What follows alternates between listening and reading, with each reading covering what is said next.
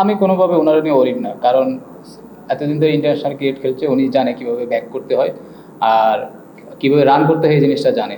আমার কাছে মনে হয় যে আপনারা আমার মানে সবাই যে জিনিসটা ভুলে যাওয়া উচিত না, উনি বাংলাদেশ টিমের জন্য কী করেছে আর ওনার রানটা কতটুকু ইম্পর্টেন্ট, কতটুকু কী করতে পারে। আর যখনই খেলে তখন ম্যান অফ দ্য ইনিংসই খেলে। পেস বোলিং টিম আমাদের টেস্ট টিমটা আগের চেয়ে অনেক বেটার, অনেক সেট আপ। ব্যাটিং হয়তো ব্যাটিংটা আমরা কনসিস্টেন্ট করতে পারছি না, কিন্তু ফিল্ডিং ওয়াইজ থেকে শুরু করলে, বোলিং থেকে শুরু করলে অনেক এখন অনেক বেটার আমার কাছে মনে হয়। ওইটা নিয়ে চিন্তা করছি না ভাই, যেটা চলে গেছে ওইটা চলে গেছে, ওই আমি আসলে না আসলে এটা নিয়ে চিন্তা করছি। কনফিডেন্স এই কারণে, শান্ত চাকরির পরে আপনার আমাদের ট্যালেন্টেড যারা আছে, তাইজুল, তারপরে হাসান, ওরা ব্যাটিং করতে পারে, এই কারণে মানে কনফিডেন্সটা একটু বেশি আর কি। ঢাকা বলে যাদের নারায়ণগঞ্জ জয়দেবপুর পাঠিয়ে দেওয়া হয়েছিল, তারা দলে দলে ফিরছে বিমানবন্দর সংলগ্ন আশিয়ান সিটিতে। No tension. এসব জায়গায় আর একটু আমাদের একটু যারা দুইজন ব্যাটিং করছেন, তারপরে আপনার মিরাজ আছে, অনেক ক্যালকুলেটিভ করে ব্যাটিং করতে হবে। আর কোন সময় ওদের খেলাটা একটা সময় কালকে সকালে হয়তো খুব হার্ড হয়ে আসবে, তো ওই সময়টা আমাদের একটু খুব ক্যালকুলেটিভভাবে ব্যাটিং করা লাগবে। আবার কোন একটা সময় দেখবেন যে খেলাটা হয়তো ছাড়বে, তো আমরা আবার একটা সময় আসবে আমরা খেলাটা ধরবো।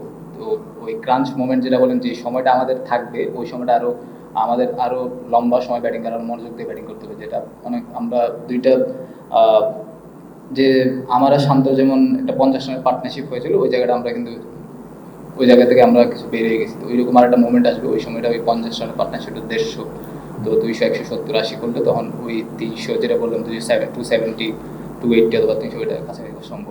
এখানে দেখেন আমি প্রিপারেশন ওয়াইজ যেটা বললেন যে 5 দিন হয়তো প্রিপারেশন নিয়েছে, প্রিপারেশন মানে আমার কাছে মনে হচ্ছে খুব একটা ভালো প্রিপারেশন।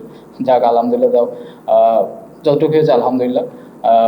যেটা বললেন যে 100, দেখেন যখন টেস্ট ম্যাচ খেলি তখন হয়তো 100 চিন্তা ভাবনা করে খেলি না, চিন্তা করি যে কীভাবে 4 সেশন অথবা 5 সেশন, 3 সেশন, 3.5 সেশন, 400 ব্যাটিং করা যায়।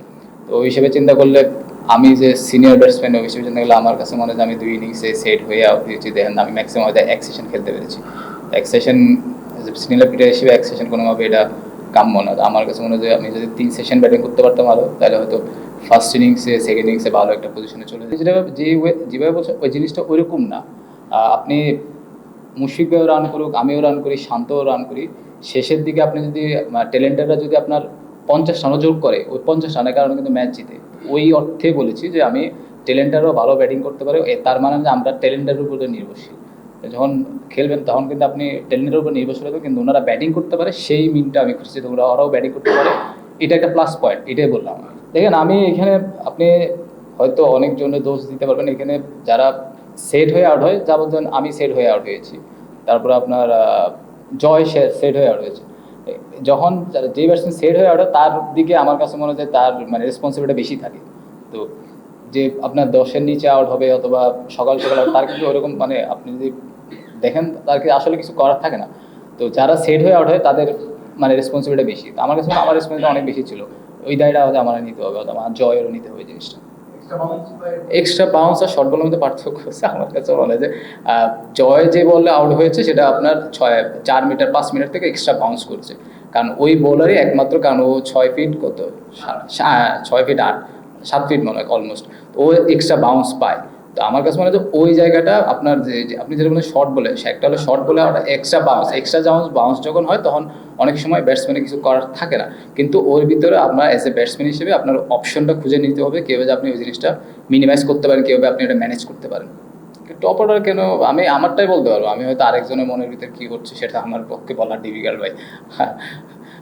আপনি যেটা বললেন যে হ্যাঁ আমরা লাস্ট মানে 2-3 সিরিজ ধরে আমাদের বোলিং ভালো হচ্ছে, কিন্তু আমাদের ব্যাটিংটা ওইভাবে আমরা মানে কনসিস্টেন্টলি ভালো করতে পারছি না, এটাই একটা দায় আমার কাছে মনে হয়। আর প্রথম কোয়েশ্চেনটা কিটা করছিলেন?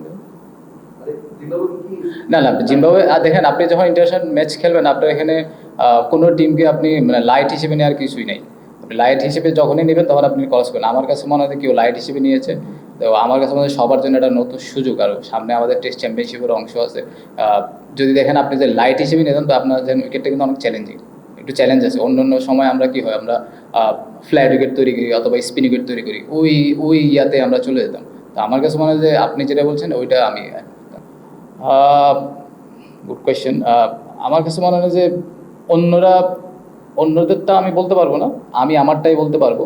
কারণ আমার কাছে মনে হয়, যেটা আমি আগেও বলেছিলাম ইয়ামাইয়ের প্রশ্নে, যে আমি যেহেতু আপনার সিনিয়র প্লেয়ার, আমি যদি এতদিন ধরে খেলছি, আমি সেট ব্যাটসম্যান হিসেবে আমার কাছে মনে হয় যে ওই জায়গাটা আমি আরও লম্বা সময় অথবা 2-3 সেশন ব্যাটিং করলে বেটার হতো, টিমের জন্য ভালো হতো, আমার টিমের জন্য ভালো হতো তখন।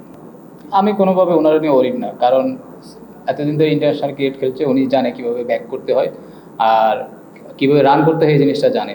আমার কাছে মনে হয় যে আপনারা আমার মানে সবাই যে জিনিসটা ভুলে যাওয়া উচিত না, উনি বাংলাদেশ টিমের জন্য কী করেছে আর ওনার রানটা কতটুকু ইম্পর্টেন্ট, কতটুকু কী করতে পারে, আর যখনই খেলে তখন ম্যারাথন ইনিংসই খেলে। তো আমার কাছে মনে হয় এত তাড়াতাড়ি কোনো জিনিস উনি যা যা অর্জন করছে বাংলাদেশ টেস্ট ক্রিকেটের জন্য, ওটা কোনোভাবেই আমার কাছে মনে হয় ভুলে যাবে না। আমার কাছে মনে হয় এখন আরও টেস্ট ক্রিকেট আরও ভালো ক্রিকেট খেলতে পারে, কারণ 2 ফর্মেট থেকে যেহেতু অবসর নিয়েছে, এখন একটা ফর্মেটে উনি মনোযোগ দেবে। তাই এখন আমার কাছে মনে হয় আরও বেটার, আগে যার যত ভালো খেলতে টেস্ট এখন আরও ভালো খেলবে, কারণ একটা ফর্মেট যখন খেলবেন তখন আপনার শুধু একটা লাইনেই আপনি থাকবেন, তখন আপনার পারফর্ম করা ইজি হয়ে যায়। কোচটা হয়তো বলতে পারবে যে ওর কোন জায়গায় সমস্যা। তো লাস্ট ইনিংস যে মানে এই ইনিংসে যতটুকু দেখেছি, আমি নন স্ট্রাইকে ছিলাম, তো আমার কাছে ওকে অনেক কনফিডেন্ট মনে হয়েছিল। আনফর্চুনেট ও যে বলে আউট হয়েছে ওটা হয়তো আপনার আনলাকি ছিল, যেটা আমার কাছে আমার তাই মনে হয়। থ্রু আউট আমি যতক্ষণ ব্যাটিং করছি আমার কাছে ভালোই মনে হয়েছে। মান তো পারে একমাত্র আমার কাছে মনে হয় যে আপনি উইকেট চেঞ্জ করবেন, যতদিন না উইকেট চেঞ্জ করবেন ততদিন আপনার মান ইমপ্রুভ হবে না। আপনি যে এই উইকেটে যেভাবে খেলা হয়েছে, এই উইকেট যদি আপনি দিতে পারেন তাহলে হয়তো আপনার পেস বোলারও এনকারেজ হবে, পেস বোলিং করতে ভালো মতো। উইকেটটা আমার কাছে মনে হয় অনেক অনেক ইম্পর্টেন্ট, সে সাথে আপনার প্রত্যেকটা ডিভিশনে এরকম ফ্যাসিলিটি তৈরি করে দেওয়া উচিত। বিদেশি ক্রিকেটের অ্যালাউ করলে আপনার হয়তো ব্যাটিংয়ের জন্য বেটার হবে, কিন্তু আপনার ওই জায়গায় আরেকটা ব্যাটসম্যান আর একটা বোলার আপনার তো সংক্ষিপ্ত হয়ে যাচ্ছে, ও একটা বোলার তো আপনার সুযোগ পাচ্ছে না। ওই জিনিসটা সে তো ল্যাকিং হয়ে যাচ্ছে। আলটিমেটলি এটা তো আপনার এক জায়গায় লস হচ্ছে আর এক জায়গায় মানে লাভ হচ্ছে, এইরকম হলেও আপনার দুই দিক দিয়ে লাভ লস দুইটাই লাগবে। এটা আমার কাছে মনে হয় না খুব একটা বেশি ভালো। হ্যাঁ, এখন অনেক পার্থক্য। আমার সময় যেটা ছিল তার চেয়ে এখন আমার কাছে মনে হয় টেস্ট টিম আগের চেয়ে অনেক বেটার। তখন তো বোলার ছিল না খুব ভালো, বোলাররা ওইভাবে আমার অনেক কষ্ট হয়েছিল বোলার আপনার ভালো একটা জায়গায় নিয়ে আসতে। এখন আমার কাছে মনে হয় টেস্ট টিমটা মোটামুটি পেস বোলিং লাইন একটা অনেক set up, pace bowling team আমাদের টেস্ট টিমটা আগের চেয়ে অনেক বেটার, অনেক সেট আপ। ব্যাটিং হয়তো ব্যাটিংটা আমরা কনসিস্টেন্ট করতে পারছি না, কিন্তু ফিল্ডিং ওয়াইজ থেকে শুরু করলে, বোলিং থেকে শুরু করলে এখন অনেক বেটার আমার কাছে মনে হয়। ওইটা নিয়ে চিন্তা করছি না ভাই, যেটা চলে গেছে ওটা চলে গেছে, ওই আমি আসলে না আসলে এটা নিয়ে চিন্তা করছি। না না না না, কোনো দায়িত্ব নিব না। Thank you.